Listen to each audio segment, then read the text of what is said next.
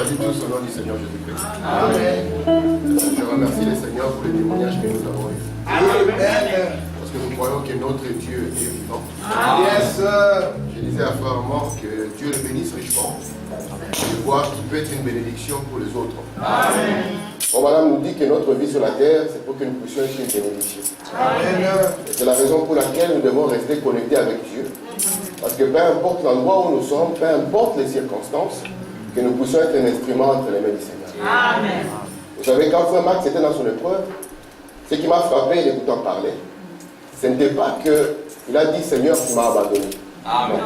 Mais il était en train de penser à son Dieu. Amen. Et vous allez voir que la sœur Arlette, alors qu'elle était à la maison, comme elle était connectée à Dieu, quelque chose lui a parlé. Amen. Et si nous sommes comme ça, Dieu pourra nous conduire davantage. Parce que le but premier pour lequel nous sommes ici, c'est pour que nous puissions être les instruments entre les mains de Dieu. Amen. Les dispensateurs de bénédiction de Dieu. Amen. Parce que Dieu pourra nous dire, va à tel endroit, il y a quelqu'un qui est dans les besoins. Amen. Et comme Dieu est connecté à lui, tu seras les liens par lesquels Dieu bénira cette personne. Parce que la sœur elle était connectée. Et Dieu lui a dit, regarde ce qui se passe. Amen. Elle ne savait pas. C'est après qu'elle a compris que Dieu a agi quand quelqu'un est connecté. Amen. Si Abraham, notre père, était dans la distraction, il n'aurait pas compris qu'Élohim était parmi les 3 hommes qui sont connectés. Mais parce qu'il est resté connecté, il a vu 3 personnes et il a dit, mon Seigneur, puissions-nous être comme cela. Amen. Nous allons prier le Seigneur. Bien-aimé Seigneur Jésus, notre Père et notre Dieu, nous venons devant de toi avec le cœur reconnaissant, Seigneur. Amen. De savoir, oh Dieu, que quand le frère Max, Seigneur, s'est retrouvé en difficulté, toi tu as étendu ton bras. Amen. Parce que tu as dit, Seigneur, que le malheur atteint souvent les justes, mais l'Éternel a délivré. Et nous te sommes reconnaissants de l'avoir fait, Seigneur. Alors que nous avons écouté, Père bien-aimé, et notre frère Congo parler ici, oh Dieu. Nous avons compris, Seigneur, oh Dieu, que tu as placé ton fils à cet endroit pour qu'il puisse aider cet autre fils, Seigneur. Laisse que notre vie sur la terre puisse avoir un bon sens, oh Dieu. Que nous puissions être les seuls là qui peuvent apporter tes bénédictions à tes enfants. Que nous puissions être les seuls là qui peuvent se disposer, Seigneur, afin que leur vie, oh Dieu, puisse laisser les mêmes empreintes de pas que le Seigneur Jésus a laissé. Bénis ces moments, oh Dieu, alors que ta présence est ici, qu'elle puisse guérir les malades, Seigneur, qu'elle puisse délivrer les captifs, et qu'elle puisse apporter encore beaucoup de témoignages pour la gloire de ton Seigneur. Bénis ces quelques instants, Père, au nom du Seigneur Jésus-Christ. Amen. Amen. Alors que nous sommes venus, merci Seigneur. Nous allons lire la Bible. Nous allons lire dans Hébreux chapitre 10. Nous allons lire juste le premier verset. Disons ensemble. En effet, la loi qui possède une nombre de biens à venir et non l'exacte représentation des choses ne peut jamais, par les mêmes sacrifices qu'on offre perpétuellement chaque année, amener les assistants à la perfection. Nous allons lire encore dans Apocalypse chapitre 15, juste le premier verset. Vous décrit ceci. Oui, je vis dans les ciels un autre signe grand et admirable. 7 anges qui tenaient 7 fléaux, les derniers, car par eux s'accomplit la colère de Dieu. Amen. Que Dieu ajoute des bénédictions à la lecture de sa parole. Vous pouvez vous asseoir. Je vous remercie tous d'être là afin que nous puissions continuer. Je prie le Seigneur pour qu'aujourd'hui nous puissions encore faire un pas de plus dans l'étude que nous sommes en train de faire. Comme vous savez, nous sommes en train d'étudier le livre de l'Apocalypse. Nous avons vu que le livre de l'Apocalypse est un livre de symboles. Et par la grâce de Dieu, j'espère que nous allons devoir avancer. Amen. Amen. Est-ce que vous tous vous sentez bien? Amen. Amen. Nous allons faire un petit pas. Je prie cela, que Dieu m'aide à pouvoir parler de manière à amener les pensées de Dieu dans les cœurs des gens. Amen. Amen. Amen. Remarquez ici, dans Hébreux chapitre 10, il est dit ceci. En effet, la loi qui possède une nombre. Madame, lorsqu'il vient nous enseigner, il dit que la loi, au fait, c'était une nombre. Elle n'était pas la réalité. Vous comprenez cela? Amen. La loi possédait des choses qui étaient une nombre de ce que Dieu allait faire. Et remarquez, c'est pour ça que quand Jésus est venu, il a trouvé qu'il y avait l'Ancien Testament. Et tout l'Ancien Testament est basé sur la loi. Et après le ministère de Jésus, on a écrit le Nouveau Testament. De sorte que l'Ancien Testament et le Nouveau Testament ne sont pas en contradiction, Mais le Nouveau Testament vient nous montrer encore de manière plus claire ce que Dieu avait exprimé dans l'Ancien Testament. Est-ce que ça va? Regardez, je vais commencer par cette citation de Frère Branham dans la dislocation du monde. Il dit ceci: Dieu bénira, mais cette bénédiction doit venir sous certaines circonstances. Lorsqu'un homme veut recevoir les bénédictions de Dieu, il doit savoir que Dieu a une voie pourvue pour les bénédictions. C'est pour ça qu'il dit ici, les bénédictions doivent venir sous certaines circonstances. Certaines exigences que vous devez remplir. Pour que Dieu vous bénisse, il y a des conditions que vous devez remplir. Je continue. Et si vous ne remplissez pas ces exigences, alors les bénédictions de Dieu et les promesses de Dieu n'auront pas d'effet sur vous. Lorsque Dieu a attiré Israël, et Dieu a dit à Israël, vous êtes un peuple qui m'appartient. L'Éternel leur a dit, si vous voulez qu'il y ait des bénédictions dans ces pays, voici comment vous allez marcher. C'est pour ça que Branham nous dit ici qu'il faut que nous puissions remplir certaines exigences afin que les bénédictions puissent être là. Ce peuple-là était le peuple de Dieu, n'est-ce pas? Mais quand le peuple s'est détourné des principes de Dieu, le même Dieu qui était leur père les a menés dans un jugement. C'est pour ça que nous devons être conscients qu'il nous faut remplir les exigences de Dieu afin que les bénédictions de Dieu puissent avoir des faits sur nous.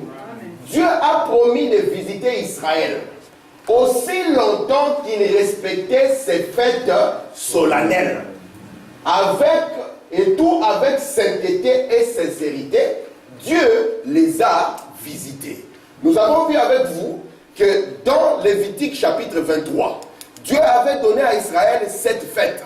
Et Dieu avait exigé à Israël que vous devez respecter les fêtes que moi je vous donne. Et pour qu'Israël puisse être béni, il devait respecter ces fêtes avec sainteté et sincérité.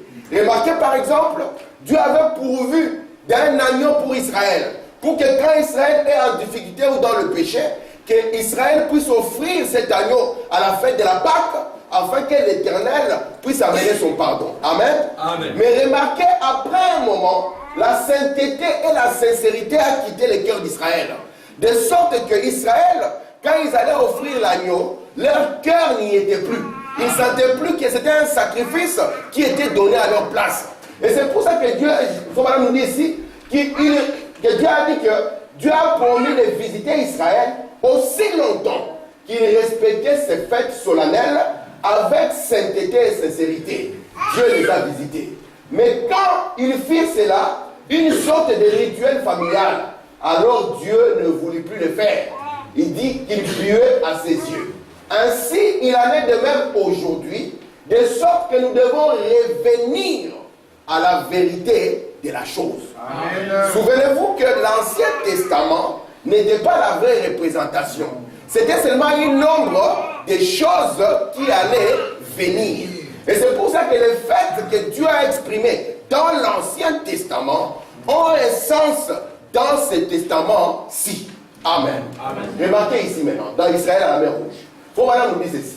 Maintenant, ce que nous essayons de faire ce soir, c'est de projeter l'ombre de l'Ancien Testament sur le Nouveau Testament. Amen. De prendre ce qui était dans l'ombre, l'amener dans le Nouveau Testament. Il dit toutes les choses anciennes, disent l'Écriture, étaient un type ou une ombre des choses à venir. Donc quand on nous a parlé de la Pâque, cela était une ombre dans l'Ancien Testament et cela devait avoir un sens dans le Nouveau Testament. Amen. Et ici, ce que nous allons essayer de faire, nous allons prendre cette ombre et les projeter dans le Nouveau Testament afin que ce qui était type, nous puissions le voir dans la réalité. Est-ce que ça va jusque-là? Merci mon Dieu. Regardez maintenant les 7 fêtes qu'on avait. On avait la première fête. Je vous ai dit que ces 7 fêtes, elles se déroulaient durant les 7 premiers mois du calendrier juif. On avait 3 premières fêtes le premier mois. On avait la fête du milieu le 3e mois. Et puis on avait 3 dernières fêtes le 7e mois du calendrier juif. Regardez maintenant ici. La première fête, c'était la Pâque. Amen. Amen. Le 14e jour du premier mois, qui était le mois de Nissan, on devait offrir un agneau mâle sans défaut. Amen. Après cela venait la fête des pains sans levain. C'était un pain dur. Et quand vous le mangez, vous sentez dans la bouche que vraiment c'est un peu rigueux. Après cela venait la fête de la gerbe agitée. C'est là où Dieu a dit à Israël, lorsque vous entrerez dans le pays et que vous ferez votre sémence, vous mettrez la sémence en terre.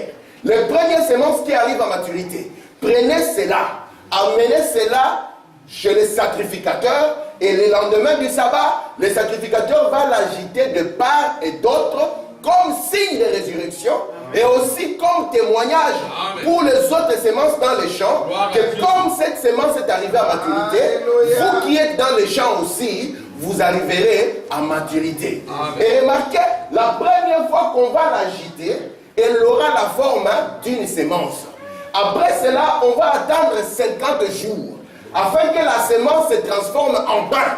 Et le 50e jour, on amenait 2 pains encore au sacrificateur et il devait encore les agiter de part et d'autre.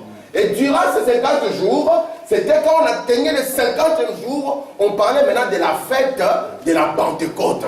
Et souvenez-vous, durant toutes ces fêtes, Israël devait aller se rassembler à Jérusalem. Vous êtes là? Amen. Après la fête de la Pentecôte, venait la fête des trompettes. Et la fête des trompettes, c'était une fête qui rassemblait tout Israël. Amen. Après la trompette, elle rassemblait Israël. Pourquoi? En vue de l'expiation. On a dit à Israël, voici un an.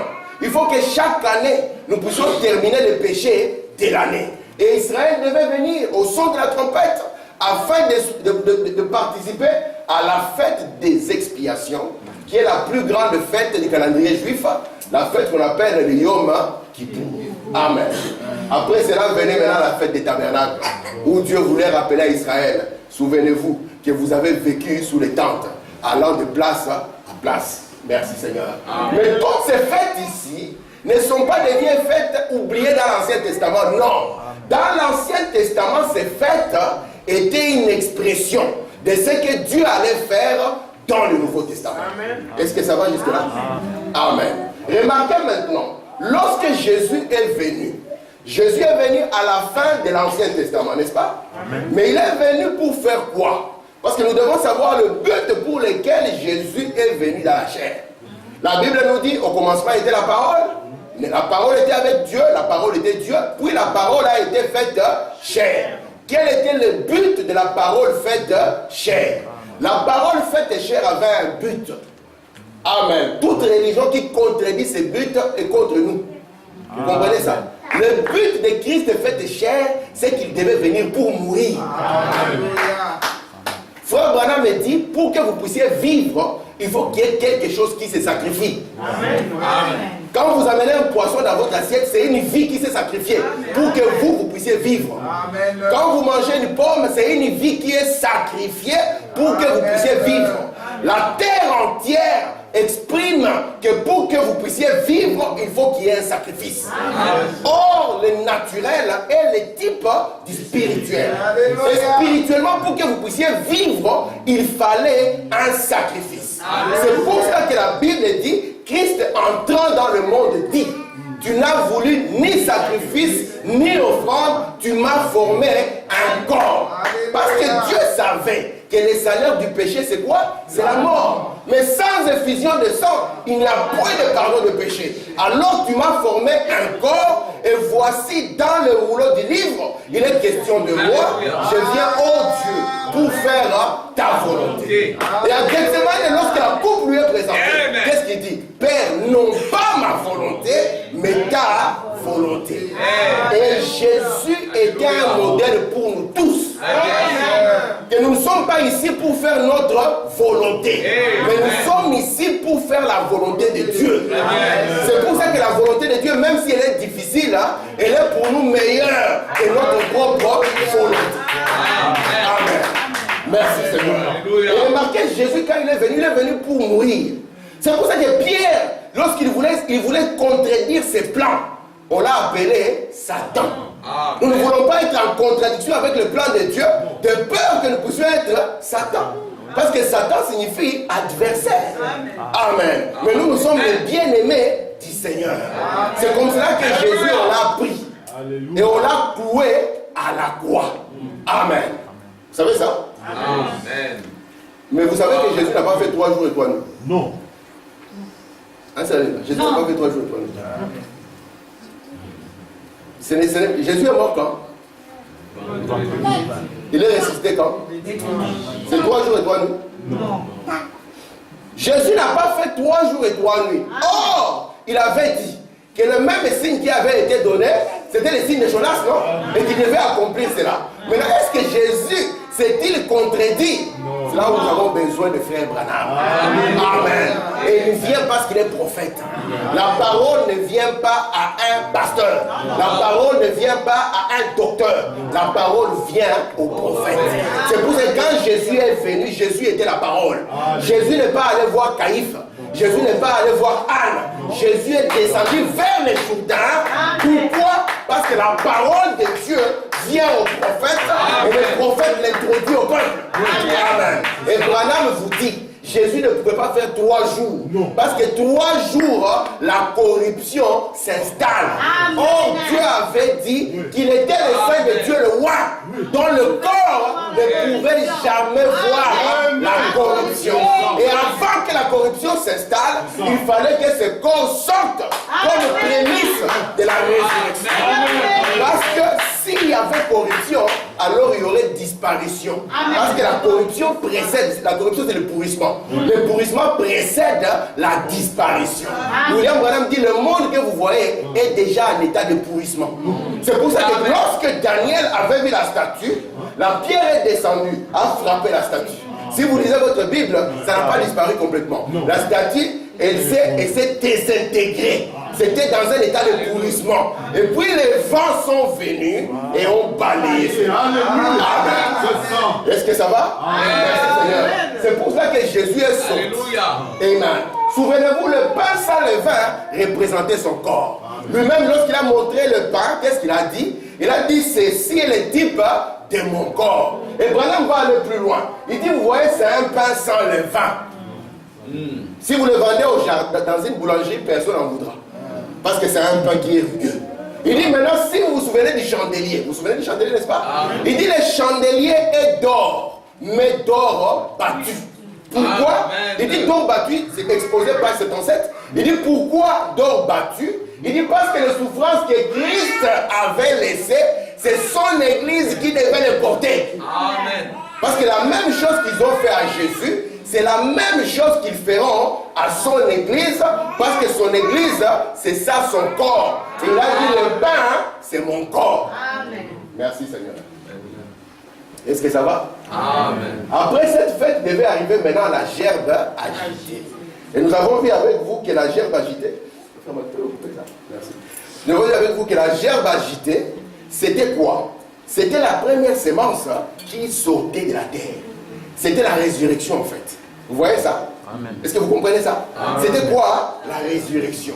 Jésus était le premier. Amen. Vous savez qu'à la croix, lorsque Jésus a poussé un grand cri, vous savez ça? Lorsque la voix, la Bible nous dit que les tombes se sont. Mais la Bible dit qu'aucun saint n'est sorti. Parce qu'on devait attendre d'abord que lui sorte. Parce qu'il devait être le premier à sortir de la tombe.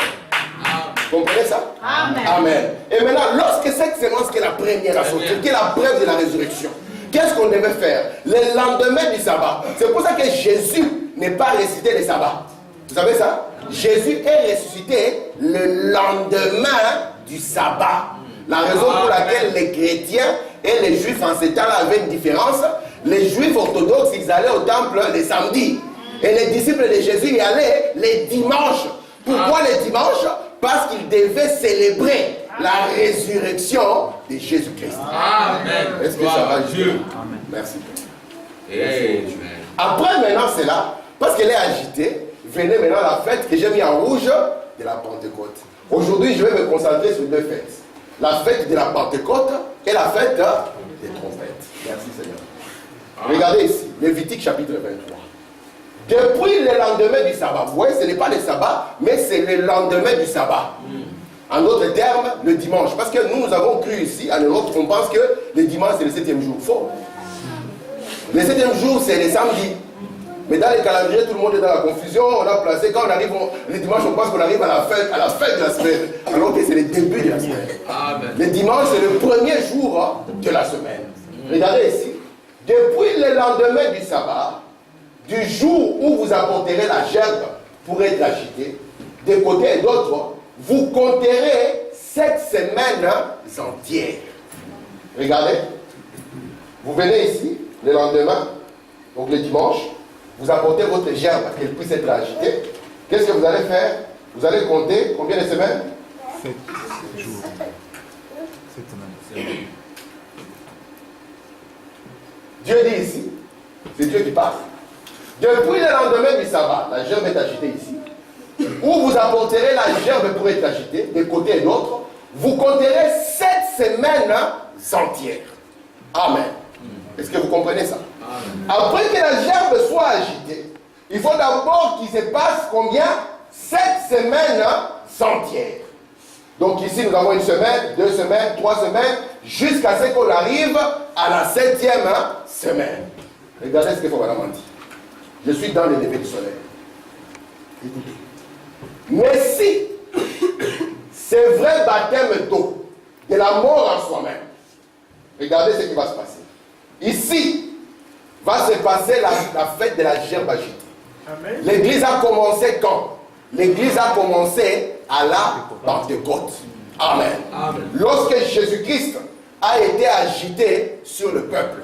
Si vous lisez dans Actes chapitre 2, verset 1er, on vous dira, le jour de la Pentecôte, ils étaient tous dans la chambre haute. Et puis, qu'est-ce qui est arrivé? Un prêtre est venu avec une hostie. Non. Un pasteur est venu avec un registre. Non. La Bible dit qu'un vent impétueux est descendu du ciel. Amen. Et vous allez voir, quand le vent impétueux vient et descend du ciel, ce vent vient et remplit ses vases, Pierre va sortir. Lui qui était peureux. Frère Branham dit, il va recevoir l'onction du lion de la tribu de Juda. Il va sortir avec courage. Il dira aux frères, le Jésus que vous avez crucifié, Dieu l'a fait Seigneur et Christ. Les gens auront le cœur vivement touché. Ils vont dire, homme, frère, que devons-nous faire pour être sauvés? Ils ont compris que la loi n'avait pas l'exacte représentation et qu'il ne pouvait pas être amené à la perfection. Ils ont dit, oh mes frères, que devons-nous faire? Jésus, et là Pierre leur parle. Parce que le Pierre qui leur parle, c'est Jésus qui leur parle au travers de Pierre. Il leur dit, repentez-vous. Frère Branham dit, l'église épouse a comme message premier la repentance. Amen. Nous devons chaque jour nous repentir si nous voulons rester connectés avec Dieu. Ce que nous avons fait de faux, nous disons Seigneur, pardonne-nous. C'est ça notre perfection. Comme on dit, un vrai chrétien, il regarde chaque pas qu'il fait. Ce qui est faux, il les redresse. Amen. Nous croyons au fait de se repentir. Merci Seigneur. Remarquez, comme on dit, c'est un mystère que cet ange devait révéler en ces derniers jours. Merci mon Dieu. Alors quand il prêche la repentance, qu'est-ce qu'il va faire? Il va leur dire, repentez-vous et que chacun de vous soit baptisé au nom de Jésus-Christ. Mais Pierre, tu viens de contredire Jésus. Jésus avait dit dans Matthieu 28, allez par tout le monde, prêchez au nom du Père, du Fils et du Saint-Esprit. Toi tu demandes le baptême au nom de Jésus, c'est quoi ça? Jésus leur avait dit, ce que je vous dis là, ne courez pas encore. Attendez le vent impétueux. Lorsque le vent impétueux viendra, il vous rappellera ce que je vous ai dit et vous enseignera davantage. Et souvenez-vous, Jésus lui-même, quand il était sur la terre, il leur a dit, tout ce que vous ferez en action, en parole, faites-les en mon nom. C'est comme cela maintenant, le baptême arrivant, le Père n'est pas un nom, Fils n'est pas un nom, Saint-Esprit n'est pas un nom, mais le véritable nom, c'est le Seigneur Jésus. Il leur a dit, une fois que vous le faites, alors la gerbe sera agitée sur vous.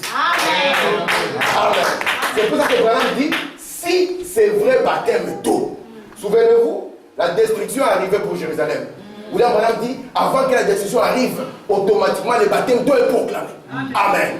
Et le baptême du Saint-Esprit est proclamé. Pourquoi? Pour que les élus de Dieu puissent être marqués. Regardez. Si c'est vrai baptême donc de la mort en soi-même, quand un homme entre dans le baptême, il y rentre parce qu'à l'intérieur de lui, il y a quelque chose qui se passe. Donc, madame dit, c'est une expression extérieure pour montrer qu'à l'intérieur, il y a quelque chose qui se passe. Si à l'intérieur, il n'y a rien, ça sera un pécheur sec. Après, dans l'eau, un pécheur mouillé. Mais nous voulons qu'il y ait quelque chose qui se passe. Parce que dans Acte 2, on a dit, ils eurent le cœur vivement touché. On n'a pas dit qu'ils étaient sous la pression du pasteur. Non, on n'a pas dit qu'ils étaient sous la pression des parents. Ils ont dit, ils eurent le cœur vivement touché. Et c'est maintenant le signe que leur cœur était touché. Et maintenant, il dit, et si vous êtes prêts à mourir à tout ce qui vous a été enseigné par des credos et des dénominations, ce qui est contraire à la parole, si vous êtes déterminé à marcher comme un fils ou comme une fille de Dieu, et si vous êtes sincère ou dans votre cœur, observez ce que ce baptême va faire en vous ce matin. Amen. Il continue. Répandez-vous tous. Soyez baptisés au nom de Jésus-Christ pour la rémission de vos fautes, vos péchés. Et vous recevrez quoi? La gerbe, l'offrande agitée. Vous recevrez la dynamique, le Saint-Esprit, car la promesse est pour vous. Amen. Vous comprenez pourquoi ça commence? Parce que c'est ça le début du ministère de Jésus-Christ. Il est entré dans le roue, vous êtes Jésus dans la continuité. Lorsque Adam a vu Ève, il n'avait jamais vu une chair de sa chair. Non. Il a regardé des animaux, il a regardé Madame Serpent et tout ça, mais jamais il avait rencontré quelqu'un qui est comme lui. Amen. Et quand il rencontra Ève, il dit, cette fois-ci, amen, pas les autres fois, mais cette fois-ci, voici l'os de mes os, chair de ma chair. En d'autres termes, c'est moi sous forme d'une femme. Amen. Et l'église de Christ, c'est Jésus-Christ sous la forme d'une femme. Amen. C'est pour ça que la même manière dont Jésus a travaillé, la même manière cette église travaille. Merci Seigneur. Et c'est le début. La gerbe qui est agitée pour nous introduire dans les 50 jours. Les 7 semaines. Est-ce que vous êtes là? Souvenez-vous qu'à la fin encore, il faut qu'il y ait une vraie patricote. Amen. Il faut qu'il y ait encore les deux pains qui puissent être agités de part et d'autre. Cette fois-ci, ça sera du pain levé. On le fera. Merci. Merci Seigneur. Est-ce que ça va? Amen. Vous vous sentez bien, n'est-ce pas? Ah, moi, je me sens bien. Merci mon Dieu. Je ne regarde même plus à l'heure. Ok, Lévitique 23. Nous sommes toujours là-bas. Depuis le lendemain du sabbat, des jours où vous apportez la gerbe pour être agitée, de côté et d'autre, vous compterez 7 semaines entières. 7 semaines entières. Et vous compterez combien? 50 jours jusqu'au lendemain du 7e sabbat. Donc le 50e jour. Regardez. Et vous ferez à l'Éternel une offrande nouvelle. Vous apporterez de vos demeures 2 pains. Pour qu'ils soient quoi? Agités des côtés et d'autres. Ils seront faits avec 2 dixièmes de fleur de farine, puis avec du levain. Ce sont les prémices à l'Éternel. Lorsque ce moment on parle, il dit, je ne fais que le fier. Parce que c'est un enseignement profond. Merci mon Dieu. Est-ce que ça va? Vous avez perçu la fête de la gerbe agitée. Cette fête qui introduit les 50 jours, n'est-ce pas? Amen. Maintenant nous allons entrer avec vous dans les 50 jours. Les 50 jours s'appellent aussi fête de la Pentecôte. Est-ce que c'est clair jusque-là? Merci mon Dieu. Regardez ici. Branham va nous parler. Dans reconnaître votre jour et son message. Paragraphe 35. Or, en fait, ces 50 jours correspondaient exactement à 7 sabbats. Et les 7 sabbats représentaient les 7 âges de l'Église. Alors, qu'elle devait se faire? Alors qu'elle devait se faire l'appel pendant la période de la fête pentecôtiste, de la Pentecôte pour appeler du milieu des nations un peuple qui porte son nom. Regardez ce qui se passe. Lorsque Jésus est venu, c'est lui qui vous dit que Jésus est venu pour sauver les Congolais, vous non.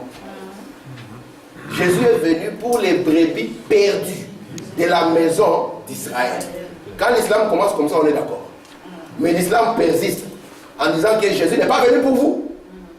Quand il commence comme ça, ils disent amen. Mais continuons, allons de l'avant. Et ils disent non, Jésus est venu pour son peuple. Le seul prophète qui est venu pour vous, c'est Mohamed. Nous disons là, nous ne savons pas avancer avec vous. Nous pouvons vous montrer que Jésus, quand il est venu premièrement, il n'était pas venu pour nous. Il était venu pour les brebis perdues de la maison d'Israël. Mais souvenez-vous, selon Romains 11 et plusieurs autres écritures, Dieu s'était souvenu qu'à part les Juifs, il y avait d'autres peuples qui avaient besoin du salut. C'est pour cela que Dieu a aveuglé Israël. Et la Bible dit, elle est venue chez les siens, vous voyez la continuité, et les siens ne l'ont point reçu.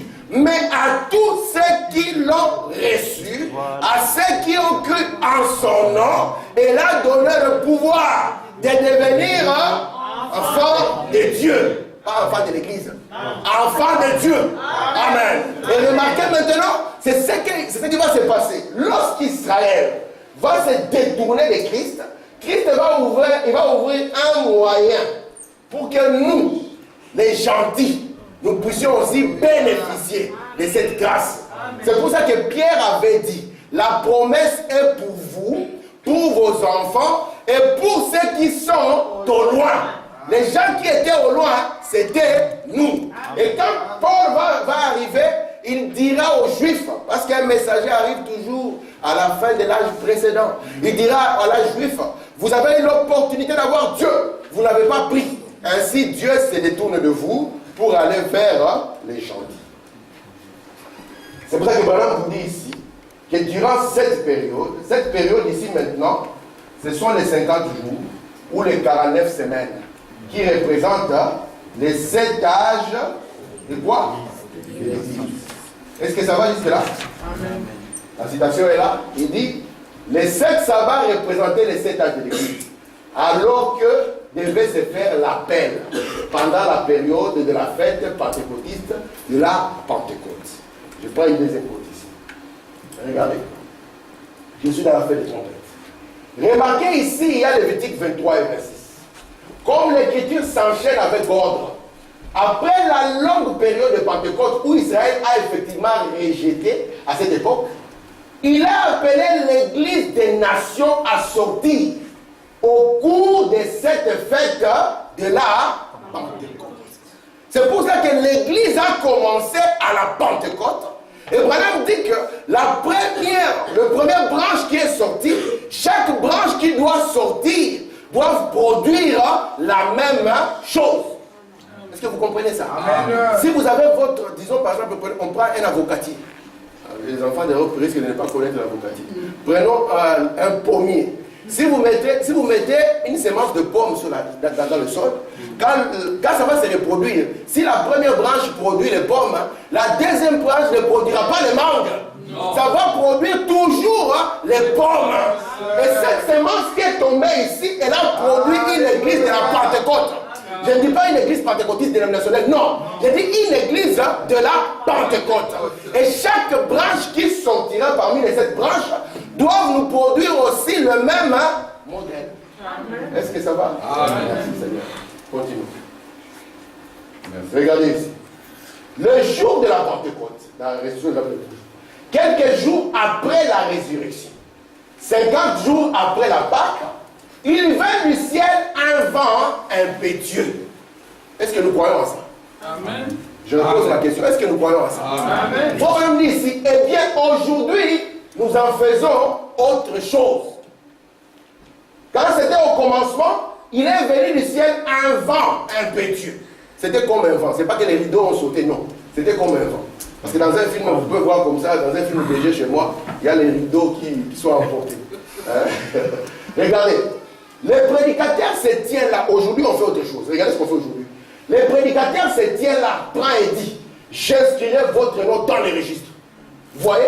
Ou un diplômé au col roulé se retourne et dit, viens ici, prends le pain cachère, ensuite tu seras membre de l'église. Paul dit, n'est-ce pas étrange?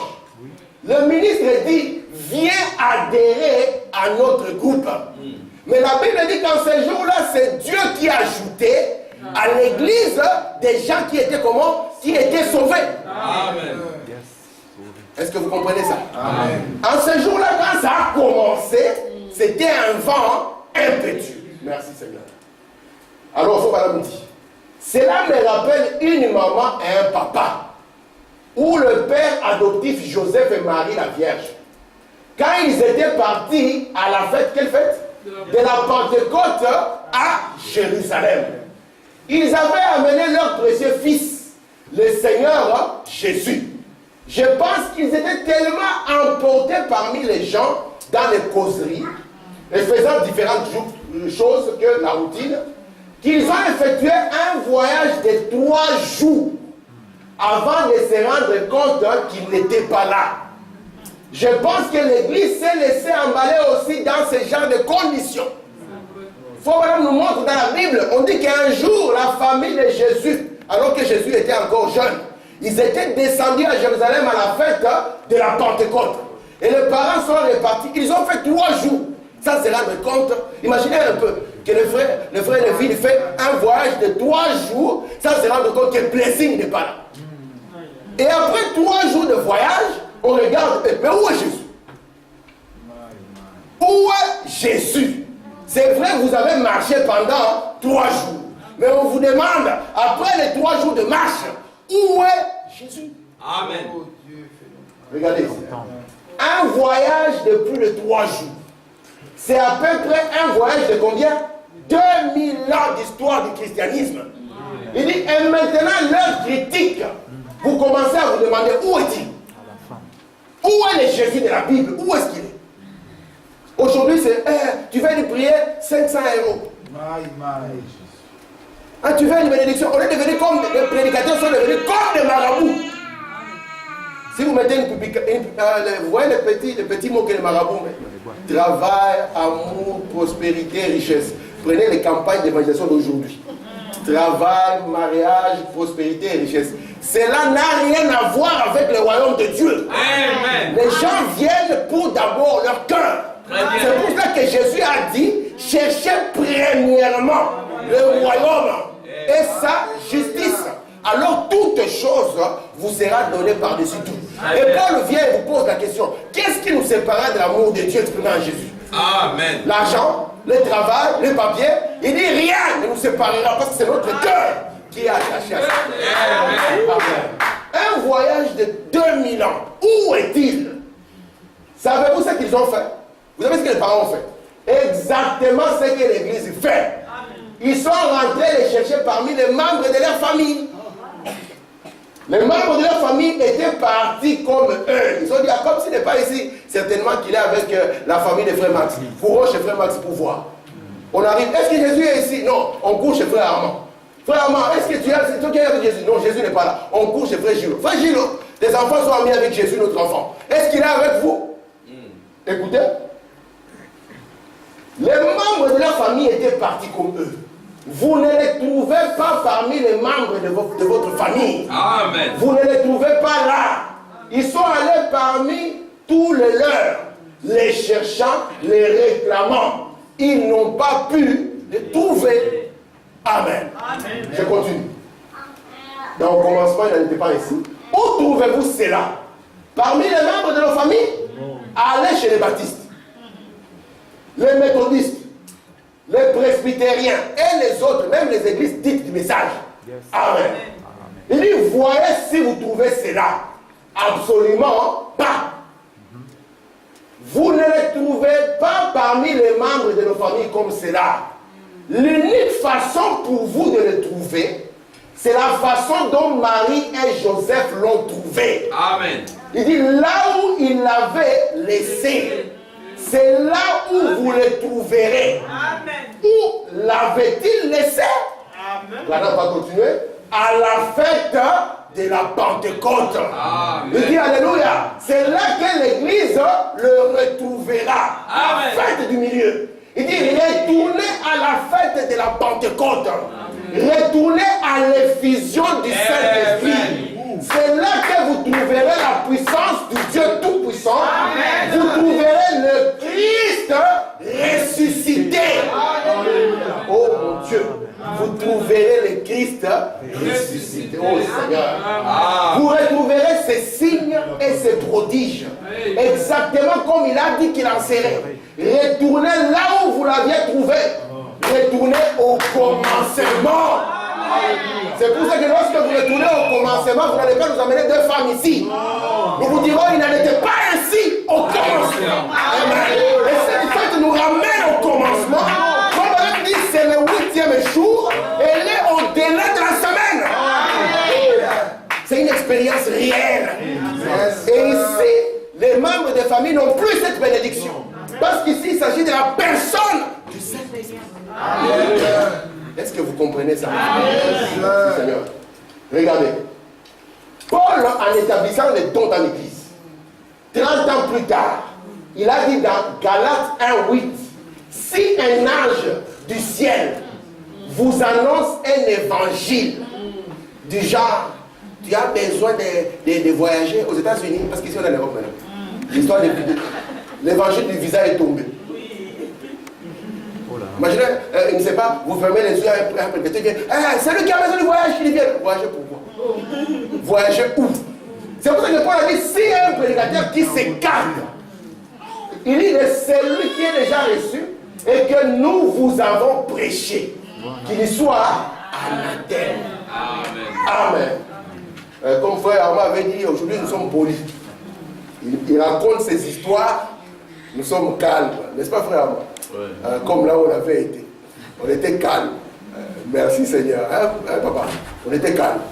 Parce qu'aujourd'hui, si tu les regardes dans les yeux et tu parles, on risquerait de dire que cet enfant est impoli. Regardez. Il faut vraiment continuer. Je crois que la Pentecôte a commencé pour finir.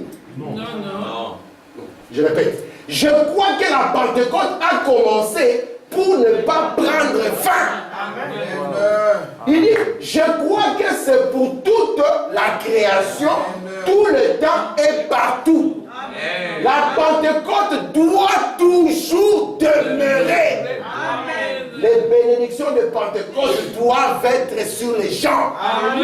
Qu'est-ce que cette bénédiction de Pentecôte?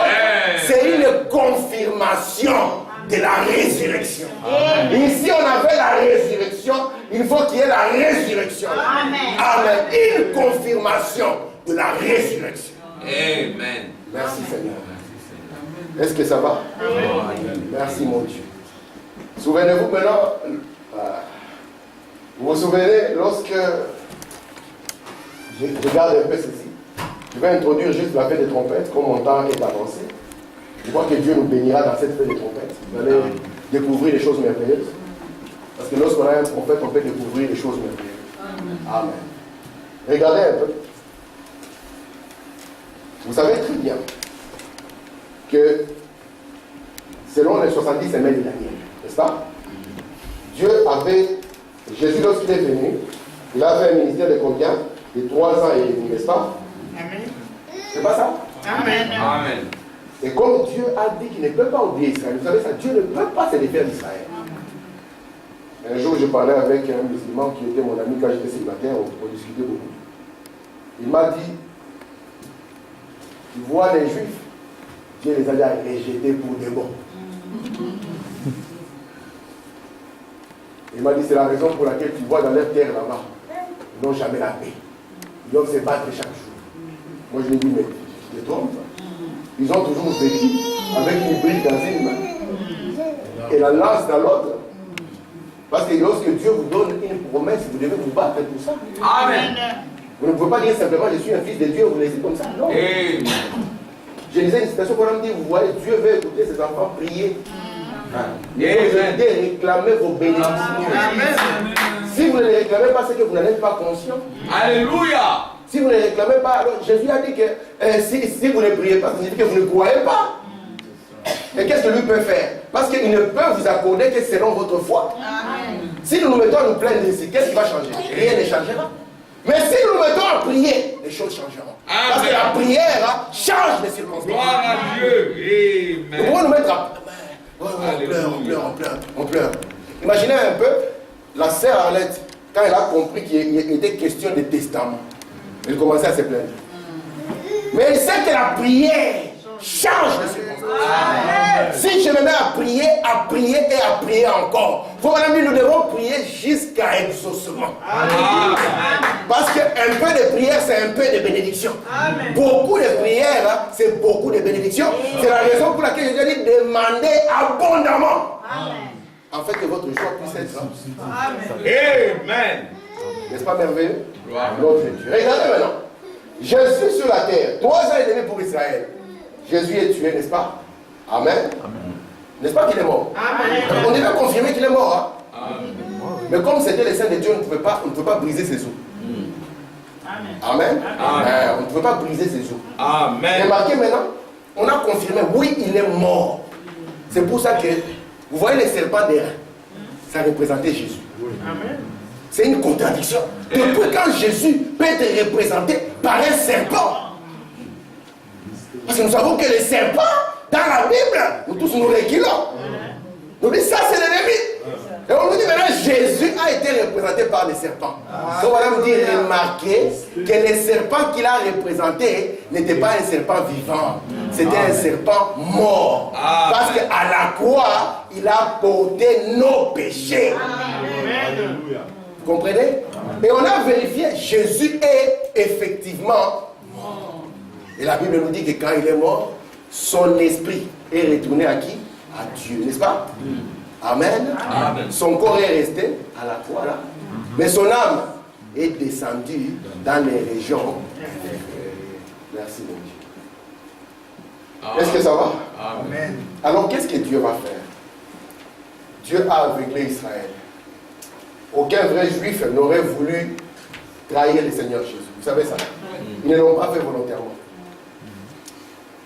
Imaginez un peu vos propres enfants qui oublient que vous êtes le parent, qui se mettent à vous flageller, à vous frapper. La scène était pathétique. Amen. Mais Dieu a fait cela. Il a privé la nourriture à ses propres enfants parce que nous devions entrer. Amen. C'est pour ça que l'échec de la vie, c'est marcher sur ce que Dieu a fait. Amen. Que vous soyez millionnaire, cela ne m'impressionne pas. Amen. Si Dieu veut que je sois millionnaire, tant mieux. Si je ne suis pas millionnaire, ce n'est pas que j'ai raté ma vie. Hein. Non. À nous. À nous. Amen. À nous, je vous dis non. Si je suis millionnaire, gloire à Dieu. Amen. Mais ce n'est pas la poids à arracher dans ma vie. Non. Comme un homme a dit, si à 35 ans tu n'as pas porté une Rolex, donc tu n'as pas fait ta vie. Mais c'est quoi ça? Amen. Si tu arrives à cet âge et que tu ne connais pas le Seigneur Jésus, c'est que tu as échoué lamentablement. Amen. Ne mettons pas la charrue avant le temps. Mettons les choses essentielles. Amen. Vous savez l'expérience que Frère Max a passée? Là, ce n'est pas les diplômes qui comptent. Amen. Ce n'est pas les comptes en banque qui comptent. À ce temps-là, quand Mitterrand est arrivé là, Mitterrand lui disait que lui, il était agnostique, donc il n'avait pas la vie. Quand Mitterrand est arrivé là, devant cette porte que chaque homme redoute, il a commencé à poser des questions. On lui a envoyé des prêtres, on lui a envoyé des embrouilleurs. Mais vous avez une grâce. De connaître qu'au-delà de cette vie, il y a une lumière qui peut vous protéger. Je pense que cela est la réussite d'une vie. Amen. Qu'au-delà de ceci, l'homme ne s'arrête pas. Amen. Et que comme il y a quelqu'un qui vous a conduit ici, il y a quelqu'un qui vous conduira de ce cauchemar de la vie à la réalité de Christ. Amen. C'est pour ça qu'il est raté. Rater Jésus, c'est rater la vie. Amen. Amen. Rater Jésus, c'est rater la vie. Très bien. C'est pour ça que je dis à mes jeunes, je parlais à mes enfants, je dis je vous défie. Prenez les conseils des frères Branham, vous verrez où vous finirez. Prenez les conseils du monde, on verra où vous finirez. C'est la même chose que les Moïse avaient fait devant Israël. Il a dit, je mets 2 lois devant vous. Soit vous marchez selon Dieu. Aujourd'hui, le monde a marché selon le monde. Voyez là où nous en sommes. Voyez là où nous en sommes. Le monde est devenu chaotique. De manière que la police maintenant commence à donner les contraventions aux propriétaires de voitures qui laissent leurs voitures ouvertes. C'est comme si c'était une provocation au vol. Un monsieur avait été agressé à Charleroi. Et on a dit au monsieur, on a condamné lui qui a été agressé. On dit parce que vous êtes riche et vous étalez votre richesse. Alors vous devenez condamnable. Le monde est devenu fou. C'est un asile de fous. Pourquoi? Parce qu'ils ont laissé les principes et les lois de Dieu. Amen. C'est pour ça que Branham nous dit, retournons à la Pentecôte. Les églises sont devenues folles parce qu'elles ont oublié la Pentecôte. Elles ont oublié que Dieu doit venir pour conduire les gens. Amen. Dans une expérience réelle. Alléluia. Alléluia. Amen. Regardez ici. Gloire à Dieu. Maintenant, 2 minutes, regardez. On y est presque, regardez. La grâce va couler. Durant cette période, selon Lévitique 16, on devait répandre 7 traits de sang, n'est-ce pas?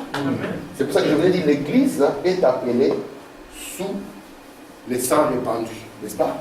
C'est la rédemption par le sang. Amen. Amen. Mais Dieu a gardé la réserve 3 ans et demi encore. Pour qui? Pour Israël. Mais Israël ne sera pas appelé sous la grâce, non.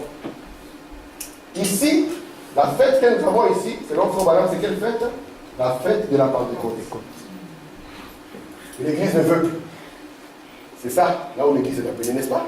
Amen. Si vous voyez dans notre liste, excusez-moi, si vous voyez dans notre liste, vous verrez que quelle fête venait après la fête de la Pentecôte? Si vous vous souvenez, je vais énumérer encore les fêtes. Allons-y ensemble. La première fête, c'est quelle fête? La Pâque. La deuxième fête? Saint-Lévin. La troisième fête? La Gerbe agitée. La quatrième fête? La cinquième fête? La fête des trompettes. Donc la fête des trompettes venait après la fête de la Pentecôte. Est-ce que ça va? Amen. Vous n'avez pas fait, madame, vous allez connaître cette histoire. Très bien. Amen. Je serai un prêtre catholique en train de faire du Dominus là, ici. C'est l'importance d'un prophète. Amen. Je vais insister là-dessus pour que vous puissiez comprendre l'importance d'un prophète. Amen. Regardez, vous allez voir des choses. Quand on est arrivé ici, en 1914, vous vous souvenez ce qui s'est passé? En 1914, il y a les vents qui ont été relâchés, n'est-ce pas? Et selon le plan de Dieu, c'était la colère de Dieu qui devait anéantir la terre. Vous savez que Dieu, en lui, il n'y a pas de favoritisme. Vous savez ça? Amen. Chez Dieu, tu ne peux pas dire, oh Seigneur, je suis peut-être au Congo ou au Cameroun. Au Cameroun, tu peux être l'ami du président. Tu tues quelqu'un et on te laisse partir. Les juges, sans honte, il viendra devant les gens. Il dira, ouais, c'est quelqu'un qui lui ressemblait, c'est pas lui. Boum, c'est fini. Il n'y a pas de recours. Mais chez Dieu, ça ne se passe pas comme ça. Chez Dieu, tu es son fils. Parce que Dieu n'a pas de petits-enfants. Amen. Amen. Si tu es un fils, tu fais quelque chose de mauvais, Dieu te châtie. Est-ce que vous comprenez ça? Amen. Dieu, il châtie. Amen. Est-ce que vous croyez ça? Amen. Mais l'amour de Dieu ne s'éloigne pas. Amen. Dieu te châtie pour que tu ne restes pas dans l'erreur. Amen. Parce que si tu demeures dans l'erreur, tu dois te poser la question. Suis-je vraiment un fils? Amen. Parce que lui, il châtie, c'est là qu'il aime. Amen. Afin de les amener encore plus proches de lui. Pour que vous marchiez avec prudence. Amen. Tout le monde peut être en train de tricher. Vous, les jours où vous trichez, on vous chasse de l'école. Il y a des choses que les autres peuvent faire que vous ne pouvez pas les faire. Ma femme est témoin. Moi, si je commence comme ça, la frappe va suivre et elle sera bonne. Comme ça, moi, je sais, quand tout le monde déconne, ce n'est pas mon temps. Parce que moi, j'ai été appelé à autre chose. Amen. Amen. Frère Madame l'a dit à Fanbler, il dit Fanbler, Dieu ne te laissera pas faire les choses que les autres font. Branham, quand il était jeune, Dieu ne lui a pas laissé vivre la vie de tous les jeunes. Non. Il lui a dit non. Il y a une œuvre particulière attachée à toi. Et nous, en tant qu'épouse, il y a une appel particulier attaché à nous. C'est pour cela que nous ne regardons pas n'importe quoi. C'est pour ça que nous n'écoutons pas n'importe quoi. Parce que c'est un appel élevé. Amen. Gloire à Dieu. Amen. Amen. En 1914, comme nous avons vu, les vents ont été lâchés. Et ces vents-là devaient détruire la terre. Très bien. Mais qu'est-ce qui est sorti? Dieu a dit arrêtez les vents. Vous vous souvenez de ça? Amen. C'était la première fois dont on parlait du monde qui est entré en guerre. Et nous avons vu dans la Bible que c'était les 4 vents qui avaient aux 4 coins de la terre qui devaient souffler sur la terre comment? Entière. 1914-1918, le 11 novembre, n'est-ce pas? À 11 h, on a dit arrêtez la guerre. Vous vous souvenez? Amen. On a dit arrêter la guerre. Pourquoi on a arrêté la guerre? Apocalypse chapitre 7. Alléluia. Dieu avait un double but pour lequel il a arrêté la guerre. Amen. Le premier but, selon Apocalypse chapitre 7, on devait sceller qui? Les serviteurs. Les serviteurs de Dieu. Vous voyez le premier but pour lequel la guerre a été arrêtée? Les serviteurs déjà n'étaient pas encore scellés. Si on laissait tout être détruit, Dieu allait rater son plan, n'est-ce pas? Le deuxième but, l'appel des ouvriers. Les ouvriers de la 11e heure. 11e heure. Amen. Moi, je n'ai pas un orthographe comme celui des frères. Moi, quand j'écris, parfois, les S tombent hein, et les accents tombent. Depuis que je suis devenu technicien, mon orthographe a suivi aussi. Regardez un peu. Ça, c'est le but pour lequel la Première Guerre mondiale a été arrêtée. Beaucoup de gens ne savent pas que Dieu était derrière cela. Mais nous avons vu avec vous suffisamment là-dessus. Et quand Dieu l'arrête, les 11, ce n'est pas un hasard. C'est parce que Jésus l'avait dit dans la Bible, parlant des ouvriers de la 11e heure. Amen. Et nous avons vu que c'est eux qui avaient été appelés au soir. Et quand le soir est arrivé, on devait récompenser chacun. Mais à part les ouvriers de la 11e heure, parce que les ouvriers de la 11e heure, il s'agit de l'Église. Vous voyez ça? Amen. Tandis que les serviteurs de Dieu ici, il s'agit d'Israël. Si vous voulez être sûr, lisez Apocalypse 7, verset 4. On dit que le nombre de ceux qui étaient scellés était de 144 000 et on donne 12 000 de chaque tribu. Est-ce que vous savez qu'un jour on parlait avec des amis témoins de Jéhovah? Je ne suis pas ici pour les mépriser, n'est-ce pas? Amen. Mais je suis ici pour parler ce matin d'une expérience qu'on a eue avec eux, n'est-ce pas? Amen. Nos amis témoins de Jéhovah, ils sont convaincus que les 144 000 de la Bible, ce sont les témoins de Jéhovah. Est-ce que vous comprenez ça? Et ils ont une preuve. La preuve qu'ils ont, c'est qu'ils vont vous montrer les noms qu'il y a dans l'Apocalypse. Qui se souvient encore? Est-ce qu'on peut citer les 12 tribus? Je vais voir un peu. Citoyen, donnez-moi. Moi, je ne vais rien dire. Là, donnez le premier. Ruben. Zabulon. Zabulon. Le deuxième? Dan. Troisième? Ruben. Enfin, quatrième? Siméon. Siméon. Cinquième? Judas. Frère, on va être très fort là-dedans. Sixième? Isaac. Merci beaucoup. Septième? Gad. Hein? Gad. Huitième? Zabulon déjà donné. Nephtali. Ah, c'est bien. Nous avons des lecteurs de la Bible, pas du Coran. Neuvième? Benjamin. Dixième? Pardon? Lévi. Merci. Cette fois-ci, on a oublié celui-là, alors qu'il n'est pas les premiers souvent. Onzième? Pardon? Joseph. Joseph, merci. Douzième? Ah, Seigneur, frère Amar, on a besoin de toi. Parce que le secours ici nous viendra qui est de l'éternel. Gad également. Gad est déjà là. Siméon. Siméon. Manassé. Assez. Merci beaucoup. Merci beaucoup. Merci Seigneur. Nous avons eu les 12 tribus d'Israël. Amen. Il n'était pas interdit de venir dans sa Bible. Il n'était pas interdit. Ok, regardez maintenant. Lorsque Israël, le père, arrive en Égypte où Joseph était, vous vous souvenez? Il va trouver Joseph avec combien d'enfants? Avec 2 enfants. Et qu'est-ce qu'il va dire? Il va dire, ces 2 enfants ici sont mes enfants. Donc au lieu qu'on puisse avoir 12, on va avoir effectivement comme 14. On aura qui? On aura Manassé et on aura 14 Ephraïm. Vous voyez ça? Mais maintenant, comment est-ce qu'on va faire lorsqu'ils vont entrer? Lorsqu'ils vont entrer, remarquez ce que Dieu va faire, parce que Dieu a toujours parlé de 12 tribus. Il va prendre Lévi. Il va dire, Lévi, toi, tu es rattaché au tabernacle. Amen. Amen. Et il va prendre Joseph, il va ôter Joseph et Lévi, et il va placer Manassé et Ephraïm à leur place. Très bien. Maintenant, quand on va arriver dans Apocalypse chapitre 7, ce n'est plus la même configuration. Ils vont voir qu'il y a des noms qui ont disparu. Les témoins de Jéhovah disent, comme ça ne correspond pas, alors les 144 000 sont des témoins de Jéhovah. Nous avons couru vers notre prophète.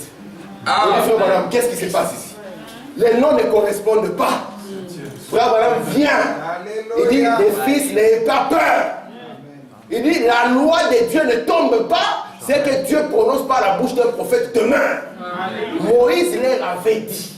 Il dit, faites attention, c'est lui qui amènera l'idolâtrie en Israël. Amen. Son nom sera effacé. Amen. C'est lui qui amènera l'idolâtrie en Israël. Ici, nous n'avons qu'un seul Dieu. Amen. Son nom, c'est le Seigneur Jésus-Christ. Je n'ai pas un autre Dieu à vous présenter. Amen. Parce que c'est le Dieu que Branham vous a présenté. Amen. Amen. Et c'est le Dieu de la Bible. C'est le Dieu que Paul a prêché. Amen. C'est le Dieu que tous les disciples ont défendu. Et nous sommes la continuation de l'œuvre de la Pentecôte. Nous, si nous sommes dans la Pentecôte, nous ne pouvons pas produire notre Dieu. Amen. Remarquez maintenant. Amen. Au temps où ces nations étaient là, ça c'était le temps de Salomon. Je suis en train de finir.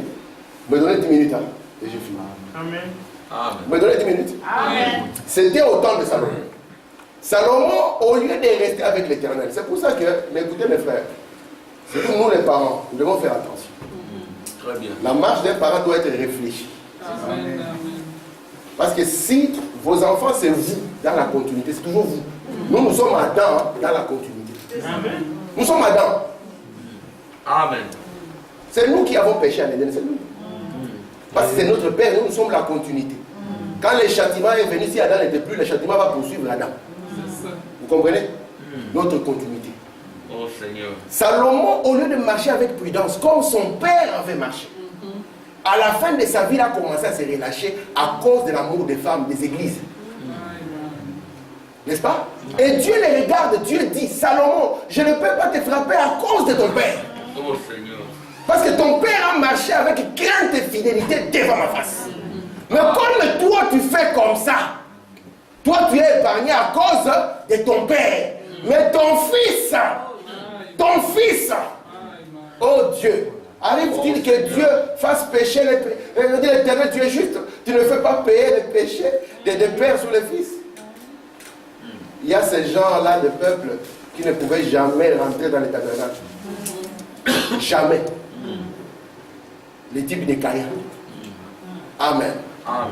Regardez maintenant. Salomon va partir. Il va laisser le royaume à qui? À Roboam, son fils. Mais Salomon avait un serviteur. Du nom de qui? De Jéroboam. Lorsqu'on va poser à Roboam la question, ton père, les impôts étaient durs pour nourrir les églises, ces femmes. Il nous tondait complètement. La dîme des dîmes. La dîme des mamans, la dîme super des papas. Je suis en train de l'église, j'ai des choses comme ça. L'offrande de ceci, l'offrande de cela. Frère Branham me dit, Jésus a dit à Pierre, Pierre, si tu m'aimes, paie mes brebis, pas ton mes brebis. Amen. La tante était devenue forte. Ils ont dit, mais fais un peu diminuer quand même. Ton père, à la fin, à cause des églises, c'était compliqué. Lui, il a dit, ah, c'est ce que mon père a fait. Moi, je vais encore goûter ça. Et le royaume a fait quoi? Vous comprenez? Il y a eu 2 tribus qui sont restées. Ça, on a appelé ça la maison de Judas. N'est-ce pas? Judas est resté avec son compteur de lumière. Amen. Amen. Et 10 tribus sont parties. Rejoindre qui? Jéroboam. Maintenant, souvenez-vous, les fêtes de l'Éternel devaient descendre à Jérusalem. Parce que c'est l'endroit où les fêtes devaient être célébrées. Maintenant, Jéroboam, qui ne pensait même pas qu'il avait le ministère, il est devenu pasteur aussi. Ah! Et c'est moto et c'est moto. Il est devenu pasteur. Alors, quand il comprend que le temps des fêtes est arrivé, que le peuple doit descendre à Jérusalem. Il dit, s'ils arrivent dans cette assemblée, c'est foutu. Il ne faut pas qu'ils arrivent. Alors il a une mauvaise inspiration. C'est pour cela que nous devons nous tenir derrière le messager. Amen. Parce que si vous tenez devant un faux monsieur, il va vous amener dans les difficultés. Ce n'est pas Dan qui l'a voulu, c'est ce monsieur qui a fait 2 veaux d'or. Il plaça un où? À Dan et l'autre où? À Ephraïm. Et il dit à Israël, voici votre Dieu qui vous a fait sortir d'Égypte. Il avait la forme d'un veau, d'un pasteur. Et on a commencé à lire. Et qu'est-ce que Dieu a fait? Regardez ce que Dieu va faire. Il arrive, il cherche ici dans la liste. Où est Dan? Le deuxième, Dieu est pasteur. N'est-ce pas? Amen. Il va, il cherche où est Ephraïm? Le 14e, Dieu est face. Il récupère maintenant Lévi et Joseph et Lévi. Amen. Ouais. Et voilà, on vous dit, c'est la raison pour laquelle dans l'Apocalypse, très bien. Amen. et là, nous disons, oh prophète de Dieu, qui t'a appris ces choses. Amen. Merci Seigneur, c'est Dieu. Est-ce que ça va jusque-là? Amen. Donc maintenant, les 144 000 qui vont être scellés doivent être scellés sous la fête, après la fête là, de la Pentecôte. Je lis des citations et on s'arrête. Merci Amen. Père. On va exploiter maintenant la fête de la Pentecôte. Regardez.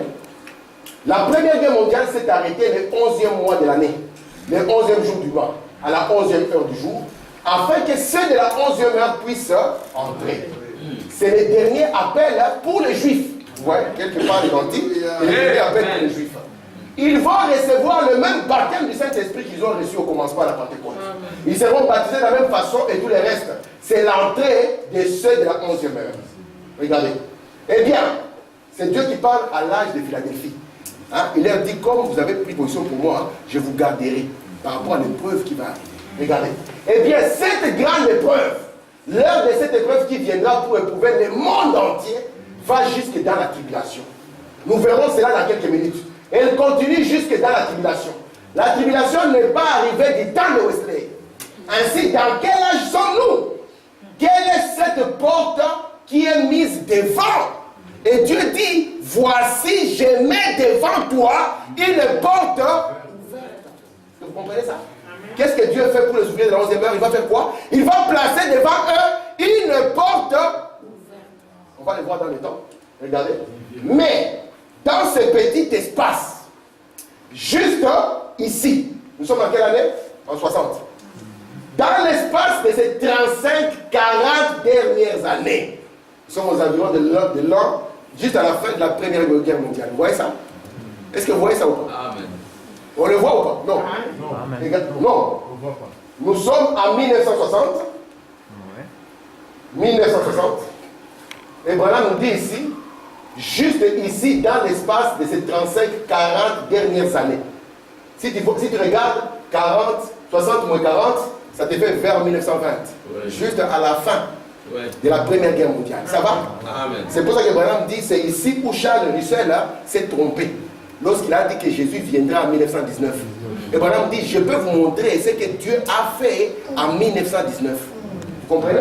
Et il dit maintenant, c'est ce qu'il va montrer maintenant ici. Ce que Dieu va faire en 1919. Il dit, dans l'espace de ces 35-40 dernières années, ça a été une porte ouverte, placée juste devant les gens pour qu'ils entrent. Amen. Et Dieu prendra le reste et les scellera à l'écart.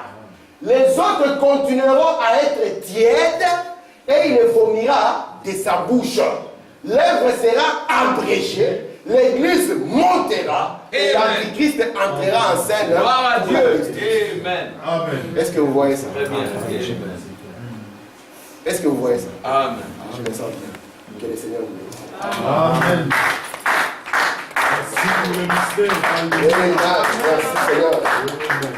Nous continuerons là-dessus. Merci Père. Nous allons nous mettre debout.